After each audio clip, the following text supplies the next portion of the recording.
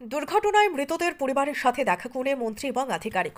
গতকাল বাইক দুর্ঘটনায় মৃত ভোলা কর্মকারের পরিবারের সাথে দেখা করলেন পশ্চিমবঙ্গ সরকারের প্রতিমন্ত্রী তজমুল হোসেন এবং হরিশ্চন্দ্রপুর ২ নম্বর ব্লকের ভিডিও তাপস কুমার পাল, তৃণমূল যুব সভাপতি মনিরুল আলম। উল্লেখ্য, শুক্রবার রাতে মালদার রতুয়া থানার নাকাটি ব্রিজ এলাকায় বিয়ের নিমন্ত্রণ দিতে গিয়ে বাইক নিয়ে ফেরার পথে মর্মান্তিক পথ দুর্ঘটনা ঘটে। এই দুর্ঘটনায় মৃত্যু হয় ৩ যুবকের। মৃত যুবকদের নাম বিশ্বজিৎ কর্মকার, বয়স ২৫ বছর, ভোলা কর্মকার, বয়স ২৩ বছর এবং এনাফুল রহমান, বয়স ১৮ বছর। এদের মধ্যে বিশ্বজিৎ এবং ভোলার সম্পর্কে শ্যালুক ও ভগ্নিপতি। এনাফুল ভোলার বন্ধু। বিশ্বজিতের বাড়ি রতুয়া থানার বিলাইমারি অঞ্চলের রামায়ণপুর গ্রামে। ভোলার বাড়ি হরিশ্চন্দ্রপুর দৌলতপুরে এবং এনাফুল উত্তর দিনাজপুরের করণথিকি থানা এলাকার বাসিন্দা। তিনি হরিশ্চন্দ্রপুরের একটি পাউরুটি ফ্যাক্টরিতে কাজ করতেন।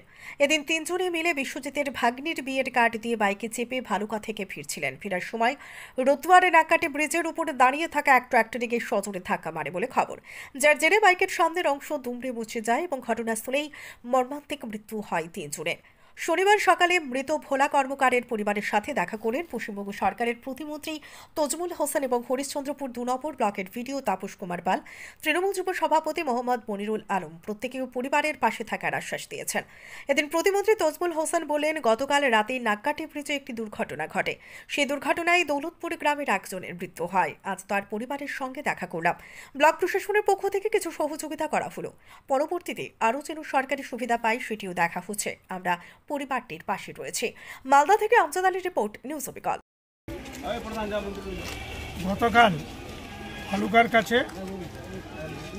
একটা দৌলতপুরের ছেলে, ওরা ৩ জন বাইক নিয়ে আসছিল।